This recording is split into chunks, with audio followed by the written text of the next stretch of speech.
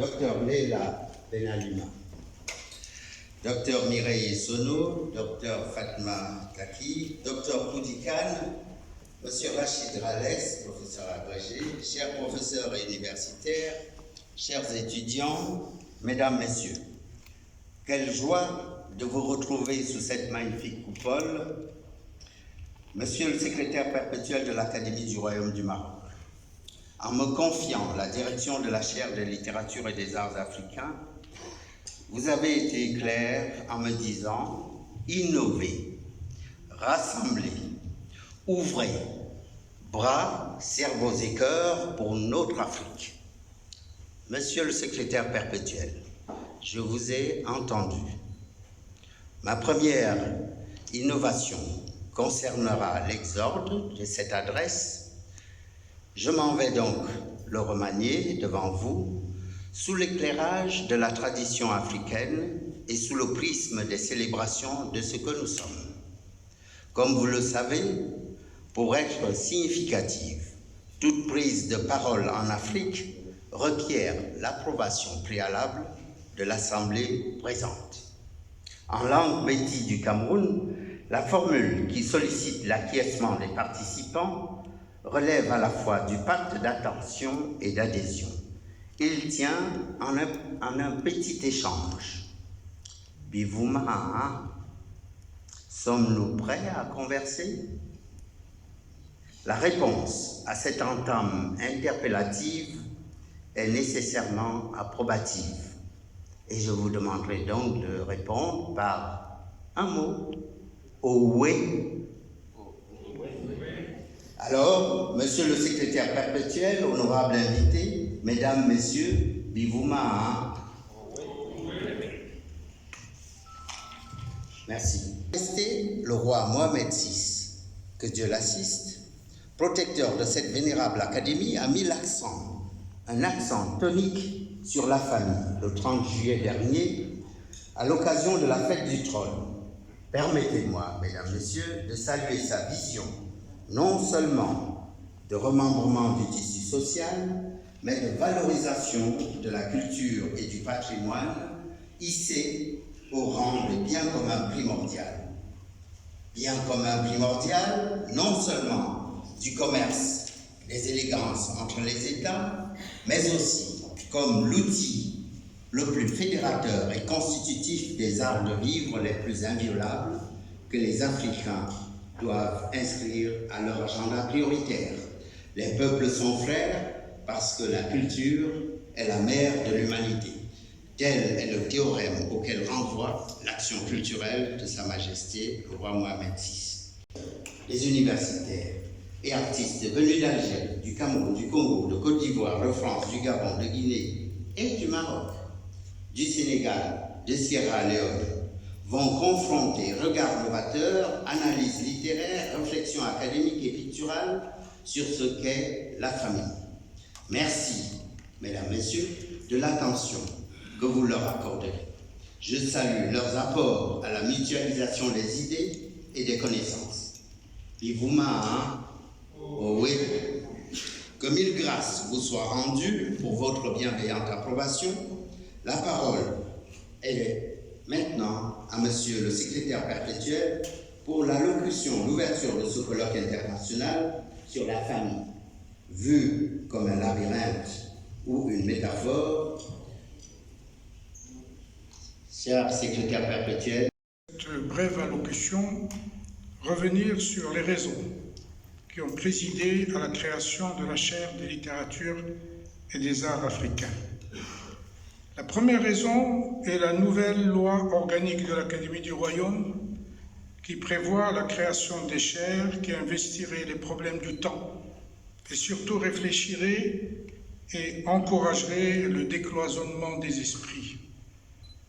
La deuxième raison est le foisonnement de la créativité littéraire, philosophique, artistique, intellectuelle, culturelle de l'Afrique d'aujourd'hui.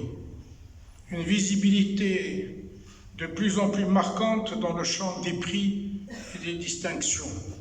Ces dernières années, on a vu se succéder au prix Goncourt un prix Nobel, un Book Prize à un prix Neustadt, un prix Camões, un prix Saint-Simon. Une dynamique effervescente, parfois dérangeante, toujours passionnante, témoin d'une vision du monde singulièrement envoûtante. La troisième raison est que l'Afrique aspire à ne plus vivre dans la périphérie de la pensée, que les périphéries ne soient nulle part et que le centre soit partout. Que pour cela, elle devrait accélérer l'ouverture des frontières linguistiques, des savoirs africains, qu'un large appareil d'encouragement de la création soit déployé en Afrique pour l'Afrique, et que rapatrier le patrimoine littéraire soit plus qu'un horizon de pensée, un horizon d'action et d'encouragement.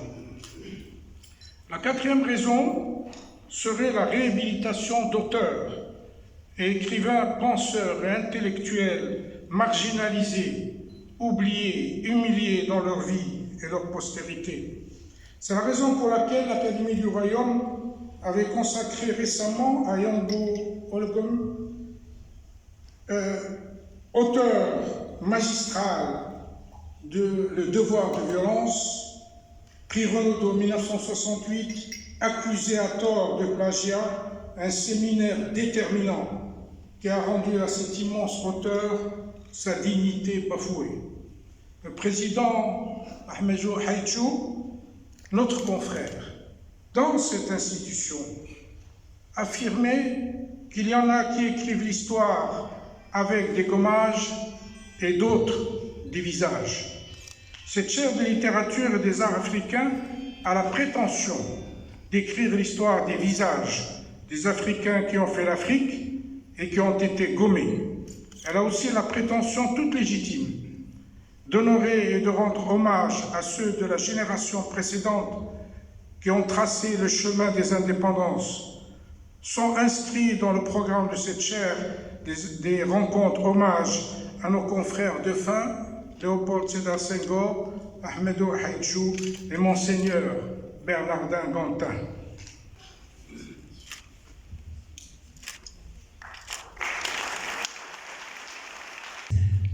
Avant toute chose, je voudrais dire mon grand plaisir et ma fierté non moins grande d'être ainsi honorée en ce lieu si prestigieux.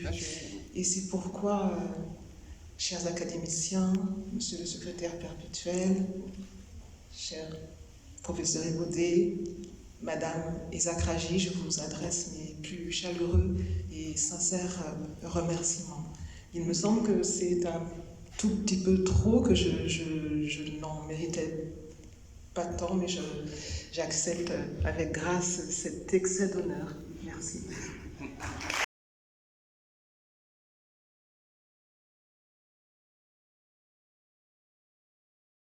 Aujourd'hui a été commencé hier et il a pour thème la famille vue comme un labyrinthe ou une métaphore. Et autour de cette idée, la question essentielle était de savoir qu'est-ce qui nous réunit aujourd'hui en Afrique et au-delà, et qu'est-ce qui éventuellement dans cette rencontre, dans cette réunion de famille, dans cette réunion d'une communauté de gens qui sont issus de l'Afrique, donc d'un continent, peuvent partager ensemble. On dit souvent que le linge sale se lave en famille, mais ici, il ne s'agit pas du linge sale. Il s'agit déjà de nous retrouver, de nous parler et d'évoquer à la fois les choses qu'on va célébrer, celles qu'on a un peu oubliées et qu'on va faire remonter à la surface, et puis les jeunes pousses sans lesquels l'avenir ne serait pas tout à fait celui qui prolonge justement ce qui a été. Alors, nous avons commencé hier par à la fois un discours inaugural du secrétaire perpétuel, M.